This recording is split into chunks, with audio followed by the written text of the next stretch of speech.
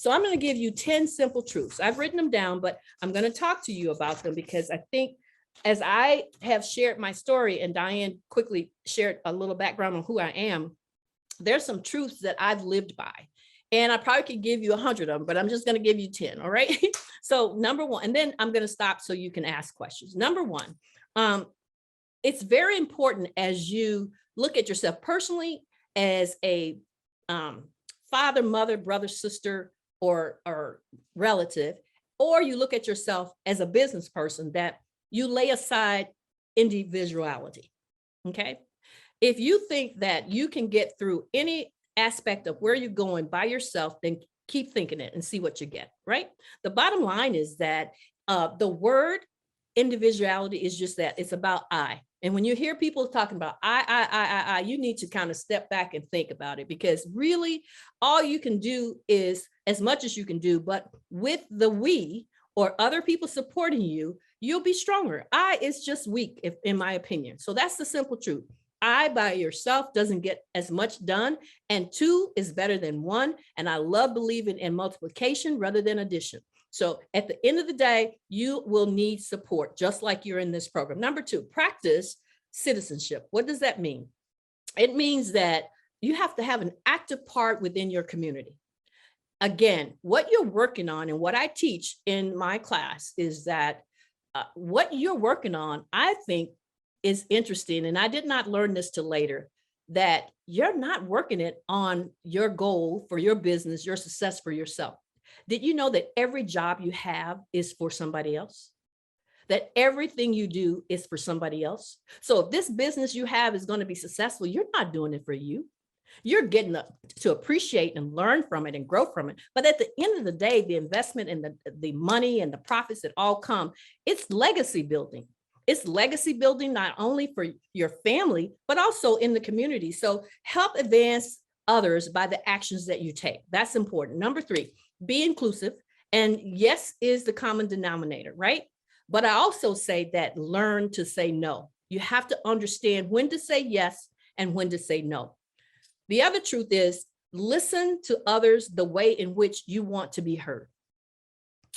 That is, master the moment by leaning in to listen and make eye contact with people that you are speaking with. Those lessons occurred to me in the hallways of General Motors and in Chrysler and Lowe's. I had to learn how to be an executive. And it is not about minimizing observation. You have to observe what others are doing, even from afar, if you're not connected to them. Another principle that I have is proximity is power. Diane knows I say it all the time. If you're in a room with 100 people, just being in that room is powerful. You have to learn how to navigate those opportunities when you're in the midst of people. If I am only 100 feet away from somebody that can be that one person that I need, I might not get to talk to them at that event, but I certainly know I was in the room with them. Doesn't mean I can't text them or reach out some other ways to say, hey, I saw you, here's what I'm thinking. Here's why I know that you are someone that I'd like to get to know. I need a mentor, whatever it may be. Proximity is power. Use it to your advantage, but also remember this: while you're watching someone else is watching you. And so they need you just as much as you need someone else. So you have to give that return, right?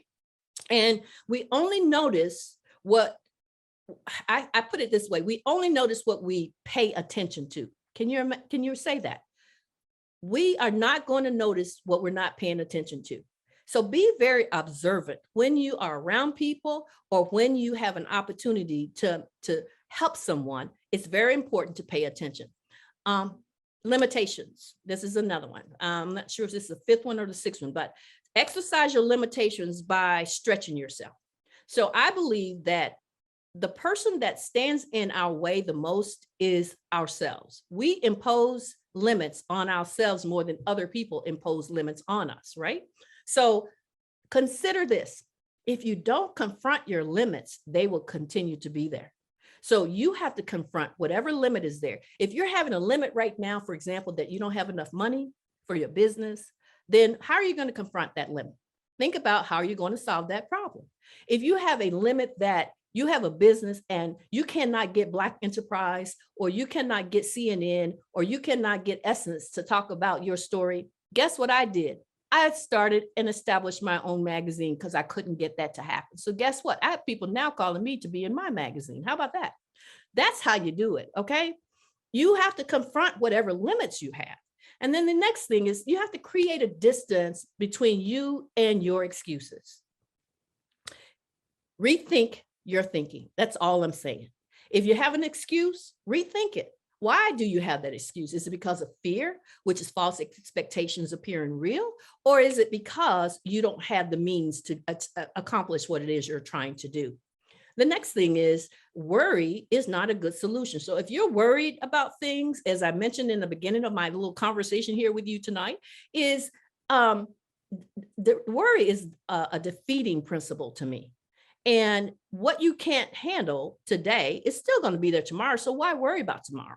You have to focus on what you can handle today. So I ask you to be conscious enough. And this takes time because I've been that person to worry, but I didn't have someone talking to me like I'm talking to you. So the idea is if someone is sharing from their experience that worry can cause you health problems and you won't be around to have this business anyway, you need to think about being in the present, giving yourself the gift of presence, right? And then one of the final things I want to talk to you about is taking charge of your health. It's very important to work out, to take a break, to take a moment, and to relax for some time. Again, I still go back to the concept, don't beat yourself up. Take a moment because you're no good if you're not available to yourself for anybody else. And then I'd like to have you think about creating a tradition with people you love.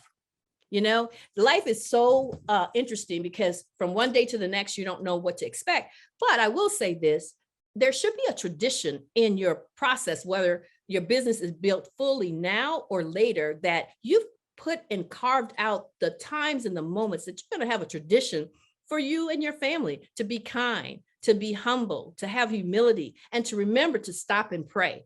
If you're not doing those things, you're just, I'm telling you, busy to be busy. It requires you to stop, to reflect, to think, to reposition, and then come back forward with a plan that includes not just you, but your family, includes a tradition that your family can take and carry on when you're gone. And then some fundamental things I want to say, and Diane, I'm sure will be teaching all of this. That's not why I'm here. I'm telling you what I've done to become not only a corporate executive, but an entrepreneur and an owner of 3 companies. I have a 501c3 company that I made it my business when my mom passed in 2015 to ensure I gave back in her name. So we've given close to $40,000 now in scholarships to girls since 2015. So that's just 7 years.